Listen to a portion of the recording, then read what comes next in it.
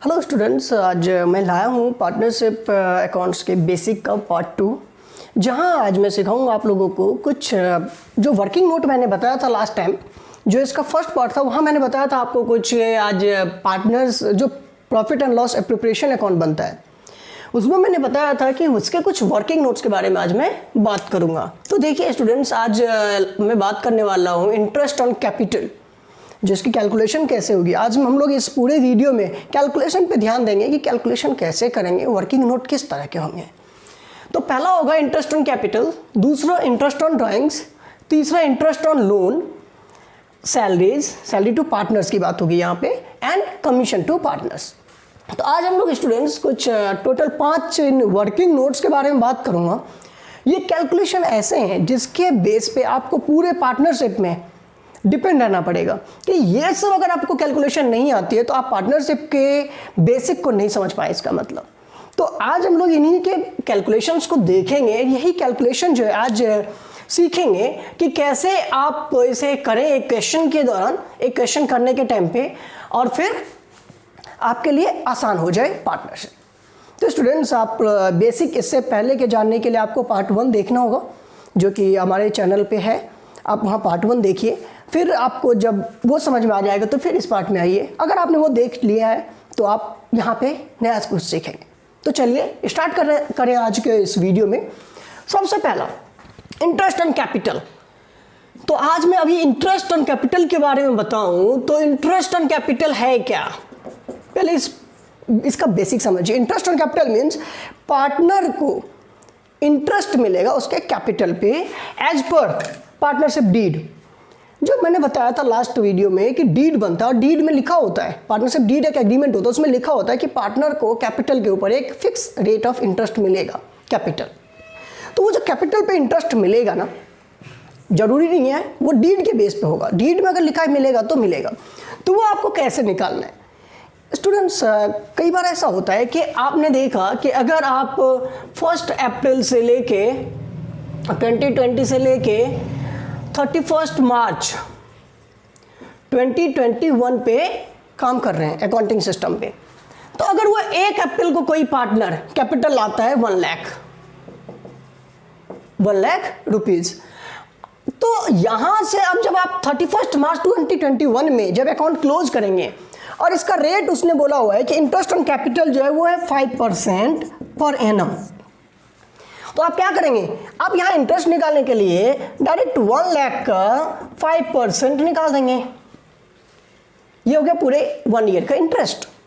लेकिन अब अगर वो ये कैपिटल इंट्रोड्यूस करता है 1 जुलाई को, ऑन 1 जुलाई 2020 को, तो अब आप क्या करेंगे? नॉर्मल मैथ का फॉर्मूला लगाना है आपको कि अब ये यहाँ से 9 मंथ्स रह गए हैं, जुलाई, अगस्त, सितंबर, अक्टूबर, नवंबर, दिसंबर, जनवरी, फरवरी, मार्च। तो 9 मंथ्स का आप इंटरेस्ट यहाँ पे कैलकुलेट करेंगे। तो 9 मंथ्स का निकालने के लिए क्या करना है? 9/12। बहुत आसान है, इंटरेस्ट ऑन कैपिटल निकालना बहुत आसान है। आपको किस तरीके से निकालना है? टाइम पीरियड का ध्यान रखना है। आपको टाइम पीरियड ध्यान रखने के लिए ध्यान रखना है कि आपको किस डेट पे वो अकाउंटिंग ईयर शुरू हुआ था और किस डेट पे खत्म है, और इस बीच में कहाँ पे आप कैपिटल ला रहा है पार्टनर, और उसी बेस पे आप इंटरेस्ट ऑन कैपिटल कैलकुलेट करेंगे। अब मैं कुछ प्रॉब्लम की बात करूं तो क्या होता है, कई बार ऐसी प्रॉब्लम आ जाती है कि इंटरेस्ट ऑन कैपिटल अगर पार्टनर ने क्या किया था 1 अप्रैल को, तो 1 अप्रैल 2020 को उसका जो कैपिटल था, एक ए और बी में एग्जांपल लेके चलता हूं, ए का कैपिटल था 2 लाख और बी का कैपिटल था 3 लाख। अब देखिए क्या हुआ, 1 जुलाई को ए ने इंट्रोड्यूस किया एडिशनल कैपिटल, कितना? 50,000, और बी ने इंट्रोड्यूस किया 20,000। प्लीज ध्यान रखिएगा। अब यहां इंटरेस्ट कैसे निकालेंगे? यहां इंटरेस्ट ऑन कैपिटल किस तरह से निकालेंगे? अगर रेट जो है वो 5% हो, 5% पर एनम, अभी मैं इसकी भी बात करूंगा, पर एनम हो या 5% हो, ठीक है। तो देखिए अब आप क्या करेंगे, 3 मंथ्स आपके पास 2 ऑप्शन है, या तो 2 लाख, 3 महीने तक तो 2 लाख का ही कैपिटल था, तो या तो आप क्या करिए 2 लाख के ऊपर 5% निकालिए 3 महीने का, और इसमें प्लस करिए, अब वो 50,000 और ला रहा है, तो अब उसकी कैपिटल कितनी होगी 2,50,000, और ये 2,50,000 कितने दिनों के लिए 9 मंथ्स के लिए। तो आप क्या करेंगे 2,50,000 इंटू 5% इंटू 9 मंथ्स के लिए। अब देखोगे आप कि जो अब कैपिटल है इसके ऊपर इंटरेस्ट कुछ इस तरह से निकलेगा, इसका 5% 3 मंथ्स के लिए, इसका 5% 2 लाख का 5% 3 मंथ्स के लिए तो 2,500, और 2,50,000 का 5% 9 मंथ्स के लिए तो 9,375 आ रहा है ये। तो आप क्या करेंगे दोनों को ऐड कर देंगे प्लस 2,500, तो ये आ गया 11,875। ये इतना रुपीस का क्या हो गया इंटरेस्ट ऑन कैपिटल। देखिए स्टूडेंट्स कैसे निकालेंगे, एक बार फिर से बता रहा हूं मैं आपको। क्या देखना है कि 1 अप्रैल को इसने इंट्रोड्यूस कितना किया था 2 लाख, और बाद में 1 जुलाई को उसने 50,000 और इंट्रोड्यूस किया, तो 1 अप्रैल से लेके 30 जून तक 30 जून तक 2 लाख का ही था कैपिटल। तो 2 लाख के ऊपर तो मैंने 5% 3 मंथ्स का निकाला है। फिर क्या हुआ, अब उसकी कैपिटल हो गई है 2,50,000, और उस 2,50,000 के ऊपर क्या होगा 5%, अब 9 मंथ्स का निकालना है। फिर जुलाई से अगले साल मार्च तक की बात कर रहा हूं मैं, तो 9 मंथ्स, तो यहां पे आ गया 9,375। अब इन दोनों इंटरेस्ट को ऐड करके 11,875। ऐसे ही फिर बी का निकालेंगे। एक तो ये ऑप्शन है, एक और ऑप्शन बता दूं मैं, जो आपको सही लगे आप वो यूज करिएगा।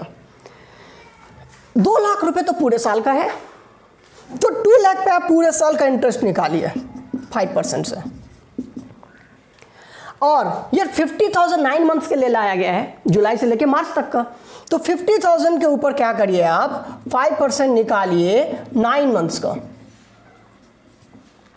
तो देखिए कितना आ रहा है 2 लाख के ऊपर 5%, 2 लाख का 5%, तो ये आ गया 10,000, और अब प्लस 50,000 का 5% इंटू 9/12 इंटू 9/12, तो ये आ रहा है 1875। ऐड कर दीजिए तो ये आ गया 11,875। आंसर दोनों तरीके से सेम आना है। मैथ से, मैथ का ट्रिक है, मैथ के ही फॉर्मूले हैं, वही लगाना है आप। तो ये इंटरेस्ट ऑन कैपिटल, इससे अलग और कुछ नहीं होता इंटरेस्ट ऑन कैपिटल। और ये इंटरेस्ट ऑन कैपिटल कहाँ लिखा जाता है आपको पता होगा, P&L अकाउंट के डेबिट साइड में to interest on capital partner A partner B जो भी हो उनके अकाउंट में ट्रांसफर करते हैं। तो ये इस तरह से इंटरेस्ट ऑन कैपिटल निकलता है। इंटरेस्ट ऑन कैपिटल में इससे ज़्यादा और कुछ कैलकुलेशन ऐसा है नहीं। हाँ, जब हम लोग क्वेश्चन करेंगे तो 1-2 केस ऐसा आएगा जहाँ पे इंटरेस्ट ऑन कैपिटल उसके प्रॉफिट के बेस पे देखा जाएगा, बट वो बाद की बात है। अभी आपको फॉर्मूले में इतना ही ध्यान रखना है।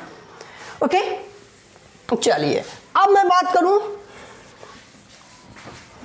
इंटरेस्ट ऑन ड्राइंग्स के।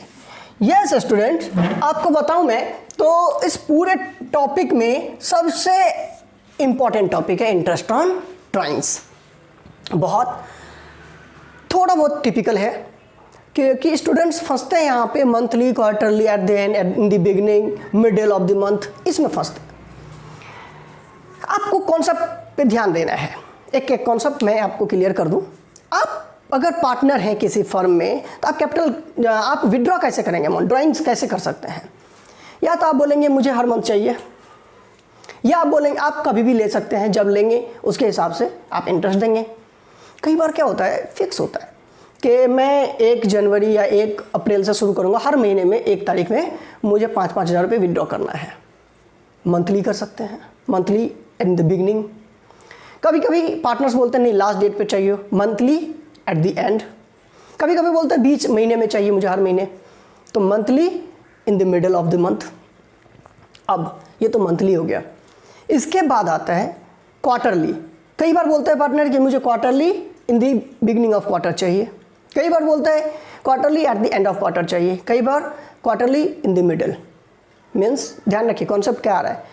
मंथली निकालता है तो बिगनिंग, मिडिल, एंड आ सकता है। सेम अगर क्वार्टरली होता है तो beginning, middle, and of quarter हो सकता है।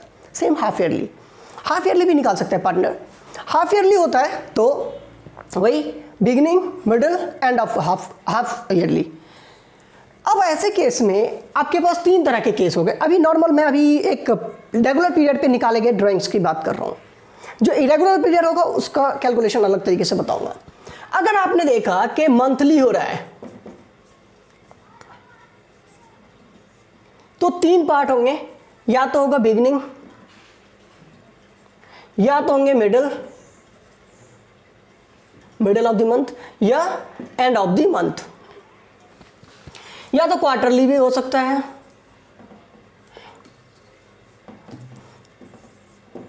क्वार्टरली, या हाफ ईयरली हो सकता है। इस तरह से आप टेबल बना लीजिए, आपके लिए आसान होगा। मैं क्या करता हूँ स्टूडेंट्स, मैं कभी स्टूडेंट्स को याद करने के लिए नहीं बोलता। एक फैक्टर बताता हूँ मैं। फैक्टर होता है, फैक्टर से मल्टीप्लाई करना होता है आपको। बिगिनिंग के लिए, क्वार्टरली के लिए, क्वार्टरली में या मंथली या हाफ ईयरली में, इन सब के लिए मैं एक पॉइंट बताता हूँ। आपने क्या किया, अगर मंथली निकाला और बिगिनिंग में निकाला तो जब आपने पहली बार निकाला उस पर कितना इंटरेस्ट देंगे, 12 मंथ्स का। जो आपने दूसरे मंथ में निकाला उस पर 11 मंथ्स का। इस तरह से आप 12 बार निकाल रहे हैं तो क्या कर रहे हैं, इस तरह से आप इंटरेस्ट दे रहे हैं। 6 मंथ्स का, 5 मंथ्स का, 4 मंथ्स का, 3 मंथ्स का, 2 मंथ्स का और 1 मंथ्स का। और अब आप इन्हें क्या करेंगे, 12 से डिवाइड करेंगे, क्योंकि एक एवरेज निकाल रहा हूं मैं। अब आप देखिए कितना हो रहा है ये, 12 plus 11 plus 10 plus 9 plus 8 plus 7 plus 6 plus 5 plus 4 plus 3 plus 2 plus 1, total हो गया 78। और आप 12 बार इंटरेस्ट दे रहे हैं तो डिवाइड बाय 12, तो कितना आ गया, 6.5। ये आ रहा है 6.5। तो देखिए ये फैक्टर है, आपको ये ध्यान रखना है, ये फैक्टर है 6.5। ये आया बिगिनिंग के लिए, ये मैंने निकाला बिगिनिंग के लिए, प्लीज़ ध्यान रखिएगा। ऐसे ही एक एंड के लिए भी आएगा, अभी मिडिल के लिए भी आएगा, और अभी मैं मंथली निकाल रहा हूँ। अब आप क्या करेंगे, जब आप बिगिनिंग में निकालते हैं ना, कभी भी इंटरेस्ट दिया गया मंथली और बिगिनिंग में दिया गया, तो आप क्या करेंगे, जैसे मान लीजिए 5000 पर मंथ निकाल रहा है तो 12 महीने तक निकालेगा तो 5000 इंटू 12। अब इसका रेट है 5%, और अब आप इस फैक्टर से मल्टीप्लाई कर देंगे 6.5 बाई 12 करके। ये एवरेज फैक्टर होता है, एवरेज फैक्टर से आप मल्टीप्लाई करते हैं। यस, मैंने ये निकालना सिखाया आपको, आपको याद रखने की जरूरत नहीं पड़ेगी कि ये फैक्टर कैसे आया था। मिडिल में 6 बाई 12 होता है ये फैक्टर, और एंड में 5.5 बाई 12 होता है ये फैक्टर। कितना आसान हो गया याद करना। अगर आप मिडिल की बात करें तो मिडिल में क्या होगा, ये सब 0.5 में आ जाएगा 11.5 से, तो 6 कम हो जाएंगे, सब में 0.5 कम हो जाएगा, तो 12 को 0.5 से मल्टीप्लाई करो 6 कम हो जाएंगे। तो ये क्या होगा यहाँ पे, अगर मैं मिडिल की बात करूँ तो ये आ जाएगा 72 बाई 12, तो ये हो गया 6। तो यहाँ पे 6 मैंने रखा, 6 बाई 12। और अगर अब यही चीज़ एंड ऑफ द मंथ हो तो पहली बार जो एंड में निकाला तो उस पर 11 महीने का ही लगेगा, तो इसमें क्या होगा, एक फैक्टर कम हो जाएगा। तो टोटल ये बचा कितना, 78 माइनस 2 66, तो 66 बाई 12 तो कितना होगा 5.5। तो इसीलिए मैंने यहाँ पे 5.5 रखा है। तो स्टूडेंट्स आपको ये फैक्टर याद रखना है, नहीं याद रखते तो कोई जरूरी नहीं है, आप ये निकाल दो। आप इस तरीके से निकालो कि कितने महीने का इंटरेस्ट जाएगा उस पर। अगर आपको पेपर में याद नहीं हो तो आप इसकी प्रैक्टिस कर लो, ये 2 मिनट भी नहीं लगेगा आपको, यहाँ से इंटरेस्ट का जो ये फैक्टर है, ये फैक्टर आप निकाल सकते हो। बिल्कुल, अब मैं यही फैक्टर निकाल रहा हूँ कहाँ पे, क्वार्टरली। क्वार्टरली देखिए, क्वार्टरली अगर बिगिनिंग में हो तो पहली बार में आप इंटरेस्ट अगर आप देंगे तो कितना देंगे, 12 मंथ्स का। दूसरी बार में देंगे तो कितना देंगे, 9 मंथ्स का, फिर 6 मंथ्स का, फिर 3 मंथ्स का, टोटल 4। 4 बार दे रहे हैं ना, 4 बार, तो 4 से डिवाइड कर देते हैं। कितना आ रहा है, 12 9 21 6 27 3 30 अपॉन 4, तो 7.5। अब आप यहाँ पे देखिए क्वार्टरली में क्या करेंगे, मान लीजिए एक एग्जांपल मैं लेता हूँ सेम, कि 5000 निकाल रहा था वो पर क्वार्टर, तो 5000 इंटू 4, 4 क्वार्टर में 4 से मल्टीप्लाई कर दिया कि टोटल ड्राइंग्स निकाल दी हमने। अब रेट है 5%, तो यहाँ पे अब हम ये क्या निकालेंगे, ये 7.5 यहाँ लगाएंगे, 7.5/12, ये इस तरह से रेट ऑफ इंटरेस्ट दिया हुआ था। तो ये इंटरेस्ट हमने निकाला क्वार्टरली बिगिनिंग में। मिडिल में यही चीज सेम रहेगा 6/12, और यहाँ भी याद रखिएगा सेम रहेगा 6/12। ओके, अब यहाँ पे कितना हो जाएगा, यहाँ हो जाएगा ये 4.5/12 फैक्टर। कैसे हुआ मैं निकालना सिखा देता हूँ आपको। अगर मिडिल में है तो बता रहा हूँ मैं, मिडिल में है तो देखिए पहली बार में कितना देगा इंटरेस्ट, 10.5 मंथ्स का, क्योंकि मिडिल फर्स्ट क्वार्टर के 1.5 महीने बाद निकाला, 3 महीने में से 1.5 महीने बाद निकाला, तो 10.5। अब दूसरे क्वार्टर में फिर 0.5, तो कितना होगा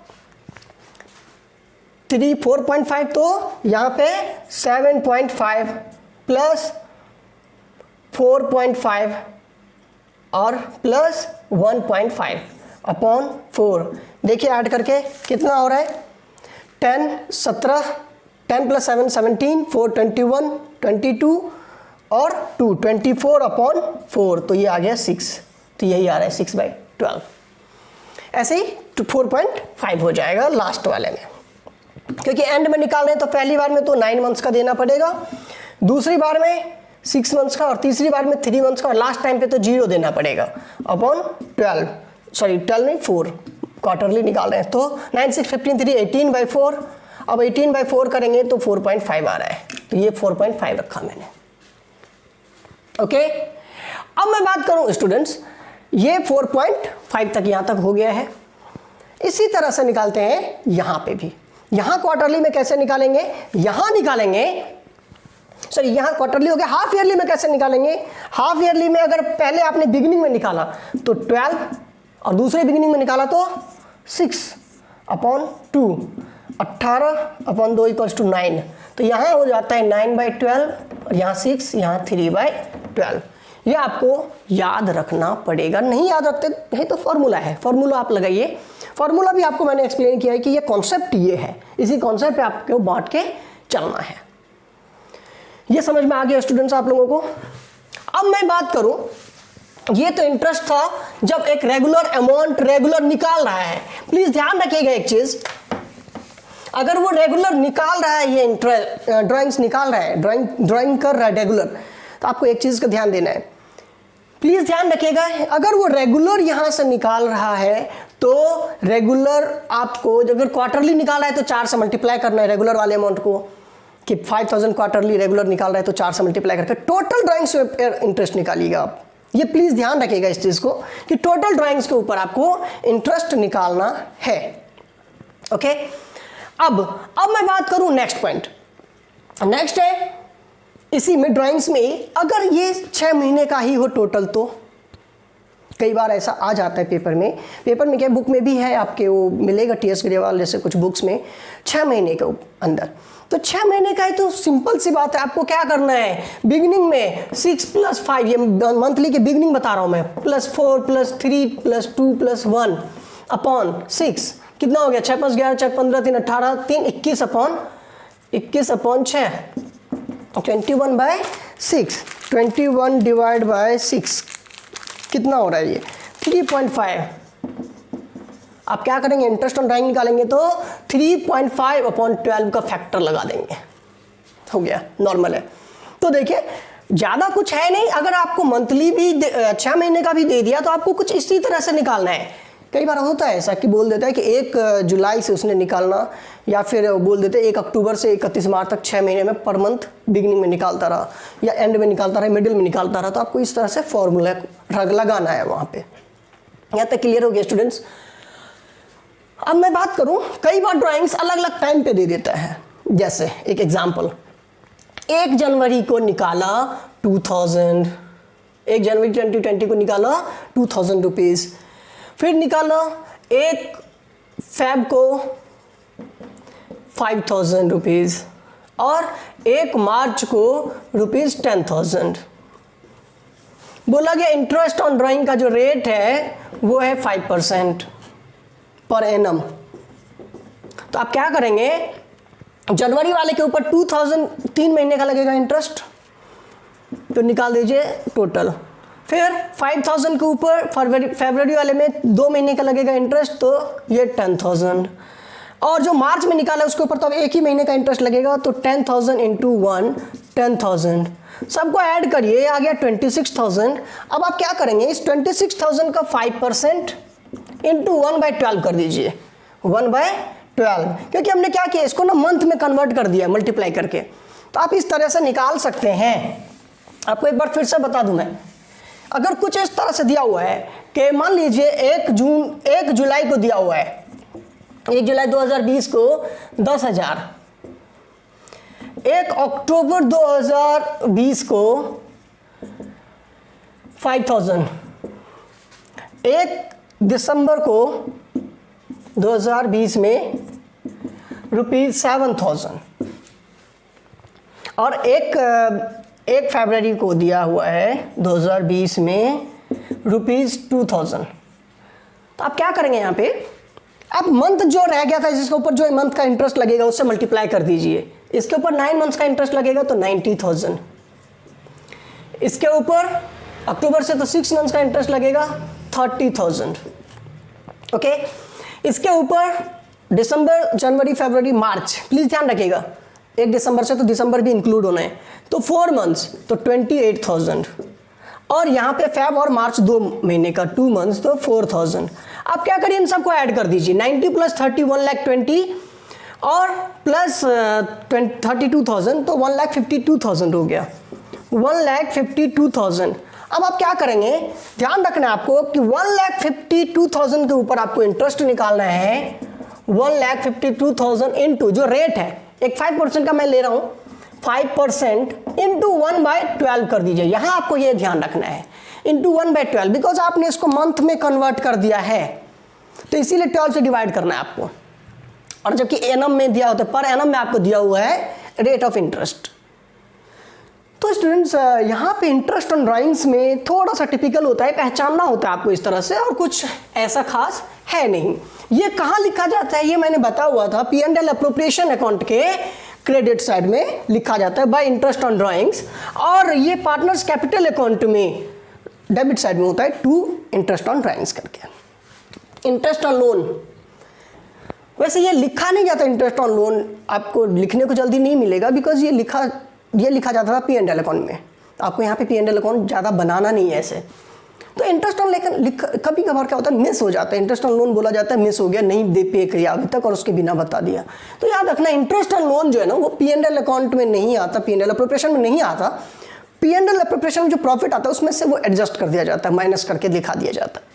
इंटरेस्ट ऑन लोन भी नॉर्मल जैसे कैपिटल के ऊपर निकालते थे आप टाइम के लिए, वैसे आप यहाँ पे भी निकालेंगे, टाइम के हिसाब से निकालेंगे, 2 मंथ 3 मंथ जितना भी 6 मंथ जो भी टाइम पीरियड है।